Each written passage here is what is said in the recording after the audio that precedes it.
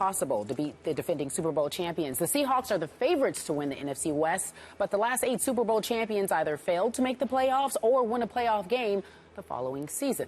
Despite a decimated defense, 49ers are still projected to make it to the playoffs, while the Cardinals and the Rams pull up the rear. So we are picking NFC West. Skip Bayless, who wins the division? Stephen A. Smith. The Seattle Seahawks run away with this division. I believe the Seahawks will sweep a division that a month or so ago was considered by far the strongest in the National Football League. And then we know what started happening in San Francisco and the loss of Sam Bradford and St. Louis, on and on. Got it. I think that Seattle is so good, so much better than the rest of its division opponents, that Seattle will go 15-1 this year. And the only loss I have Seattle having on its schedule is the second game of the year at San Diego, which is my surprise team this year. We'll talk about that division and the Broncos in a little bit here. Sure. But I think that there'll be a little letdown after the big opening night tonight on a Thursday night, and then 10 days later, I think the Seahawks will lose at San Diego, and it will become their only loss of the regular season. So, again, San Francisco, we've talked ad nauseum about all the problems and losses on defense, and we've talked ad nauseum about how Colin Kaepernick has not looked like Colin Kaepernick throughout the preseason. The offense has been far more miss than hit. And in Arizona, Carson Palmer, to me, is more cold than hot. Okay.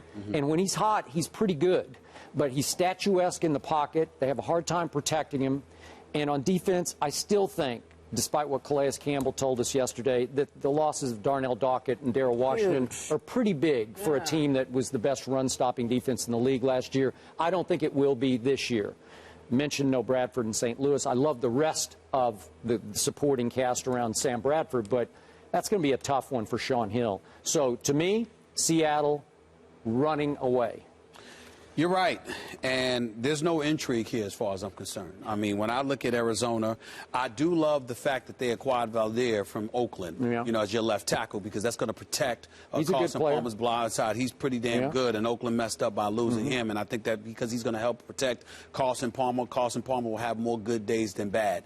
I don't like the fact that they lost Dockett, obviously, in Washington. Those are devastating blows to me as your linebacker, defensive end as well. I think that's going to be a devastating blow for Arizona. I do love the fact that Peterson, along with Antonio Cromartie back there, with Antonio Cromartie having something to prove, I think when you've got 2 potential lockdown corners that can do what they do, it's not going to, the defense is not going to appear as devastated as we thought they would be. And Honey Badger is back as well. So I think that the defense can make some noise. I will agree with you, however, I still don't trust Carson Palmer. So that's my reason. I look at St. Louis. To me, they're totally irrelevant because they don't have a quarterback. Their defense is legit. They're big time. Their front 4 is big time. Their front 7 is legit. They've got some questions in their secondary, but their defense is still going to be big time. I just believe that if you don't have a quarterback, you don't have an offense. And that's just the way that I look at it. That's why I'm not even considering St. Louis. They'll come in last place. Which brings me to San Francisco.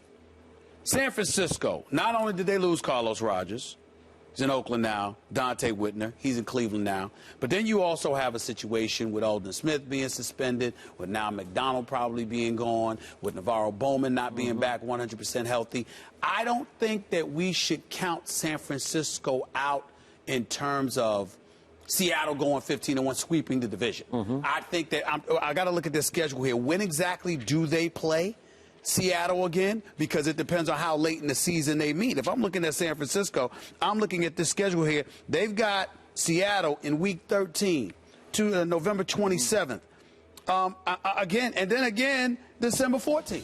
So for me, San Francisco's winning one of those games. I believe one of those games they'll take them because they should have the crew back in order. Aldon Smith should be back by then. All right, Navarro Bowman should be back by then. And as a result of that, I think San Francisco would get one of those games from Seattle. So Seattle, I think, is more along the lines of 13-3 as opposed to 15-1. But I think the early season struggles that San Francisco inevitably will suffer from is going to cost them the division title. Colin Kaepernick is going to have to carry this load. He's going to have to do something early on. and I don't know if he's going to be capable of doing it early on. Not to mention the fact, remember last year, Harbaugh and those boys saved him a lot. They didn't have him running as much as he did his first year in the starting lineup because they wanted to make sure they saved him and protected him. I think the same happens now. Because of the way that things are in the NFL. And I think as a result of that, San Francisco is going to struggle early. So Seattle's definitely going to run away with the division, but I wouldn't say they're going to sweep the division like nobody's going to beat them. I could see Arizona beating them one game. I could see San Francisco beating them one game. Okay, so my bottom line about this division, I have no other team making a wild card in this division. Neither do I. You don't have the 49ers making the playoffs? Oh, I'm sorry, I do. I do have the 49ers making the playoffs. I apologize. Yes, I do. I don't, because I think those other three teams will play rock, paper, scissors with each other and beat each other up enough that the 49ers are going to be in for a long year. And, you know, my favorite stat about this whole prediction show is that since 1990, when the playoffs expanded, every year, at least 5 teams that didn't make the playoffs the year before made the playoffs, except for 2012, when 4 teams that didn't make it the year before made it. Think about that. That's why this is the greatest league in the world. That's why it's so much fun to watch. Because year to year, you don't know. The stats are saying that 5 new teams are going to make the playoffs this year. Well, that means that 5 old teams can't make it. So I'm going to say Arizona, which should have made it last year and didn't, and San Francisco, which did make it last year, obviously, and was in the Super Bowl 2 years ago, will not make it. I'm picking San Francisco to be a wild card. All right, both of the gentlemen say that the Seahawks will win the NFC West. Again, we want to hear your picks. #FT Picks. Coming up next, we're talking about that bad man.